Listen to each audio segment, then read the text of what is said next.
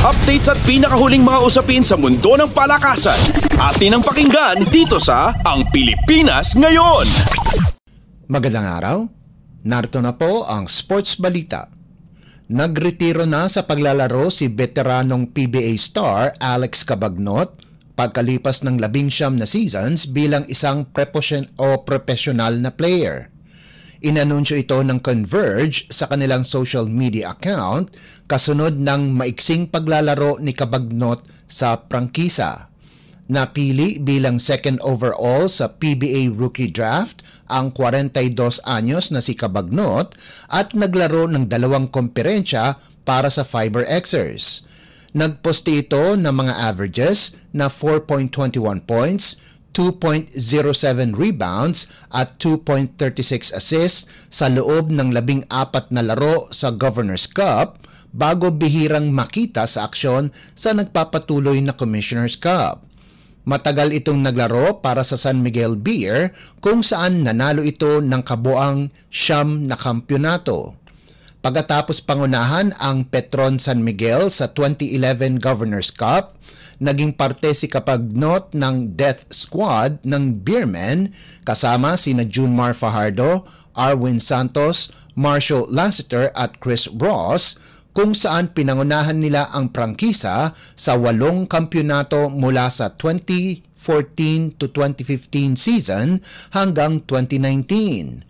Inilipat si Cabagnot ng SMB patungo sa Terra Firma noong 2021 kung saan naglaro siya ng 2 season bago tumungo sa ibang bansa para maglaro sa koponan ng Goyang Sono Sky Gunners sa Korean Basketball League mula 2023 to 2024 kasunod ng maiksing paglalaro para sa Taiwan Mustangs nitong 2024. Sasamahan naman ni Cabagnot ang bagong head coach ng University of the East na si Chris Gavina bilang coaching staff sa UAAP. Updates at pinakahuling mga usapin sa mundo ng palakasan. Atin ang pakinggan dito sa Ang Pilipinas Ngayon. Samantala, pumirma si Troy Malilin sa Blackwater pagkatapos kunin siya ng bossing mula sa listahan ng unrestricted free agent with rights to receive salary o UFAWR2RS. Kinumpirma ito ni Blackwater coach Jeff Carriazo. Nakuha ng Blackwater si Malilin pagkarang ilagay siya ng San Miguel Beer sa UFAWR2RS list. Habang unrestricted free agent si Malilin, obligado ang Beermen na bayaran siya dahil sa kontrata kaya't inilagay ang terminong with rights to receive salary. Kakaiba ang kaso ni Malilin kumpara sa dating Blackwater player na si Troy Rosario na naging unrestricted free agent pagkatapos mapaso ang kanyang kontrata sa pagtatapos ng 2024 Governor's Cup. Hindi na hinawakan ng bossing ang karapatan kay Rosario pagkatapos mapaso ang kanyang kontrata sa ilalim ng PBA rule na otomatiko itong magiging unrestricted free agent pagkaraang maglaro ng 21 komperensya sa profesional na liga. Subalit pinili ni Rosario na pumirma sa Barangay Ginebra imbis na manatili sa Blackwater sa panibagong kontrata. Karaniwan nang linalagay ang mga players sa UFAWR2RS list sa mga koponan sa PBA kung lalagpas na sa 16 ang kanilang players kasama na ang import na aktibong naglalaro at isang nasa injured o reserve list kada koponan. Karaniwan ding nananatili ang players sa UFAWR2RS list dahil nakakatanggap pa rin ito ng sahod sa koponan, subalit kung tutuusin ay pwede silang pumirma sa kahit anumang koponan.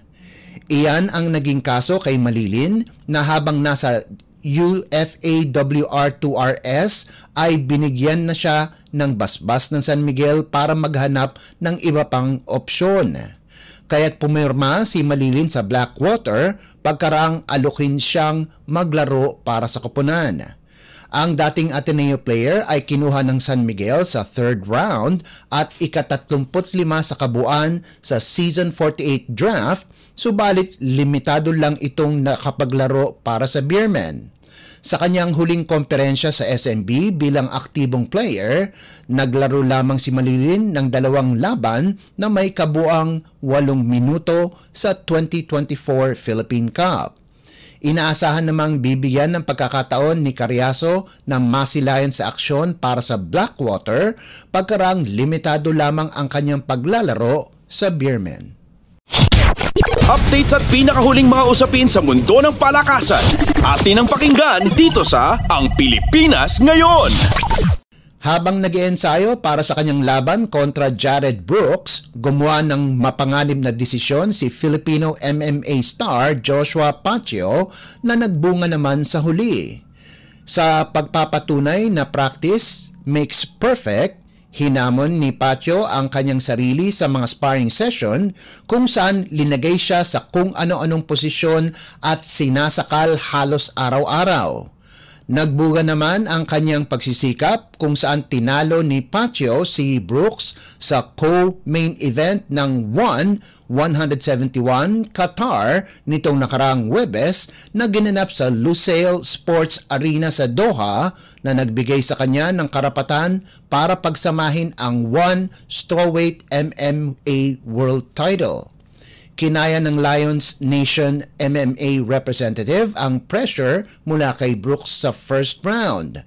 Nakaligtas siya sa matitinding pagsakal mula sa Amerikano bago bumawi sa second round kung saan siya naman ang nagbigay ng pressure kay Brooks para makuha ang panalo sa pamamagitan ng technical knockout.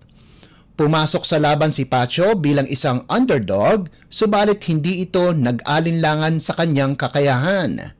Ayon kay Pacio, malaki ang kanyang kumpiyansa sa kanyang training na lahat ng posisyon ng karaniwang ginagawa ni Brooks ay ginawa sa kanya.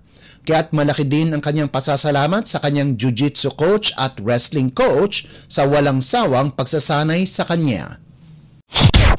Updates at pinakahuling mga usapin sa mundo ng palakasan. Atin ang pakinggan dito sa Ang Pilipinas Ngayon. At yan ang pinakahuling balita sa larangan ng palakasan. Para sa Radyo Pilipinas World Service, ito po si Leo Magpayo. Magandang araw. Updates at pinakahuling mga usapin sa mundo ng palakasan. Atin ang pakinggan dito sa Ang Pilipinas Ngayon.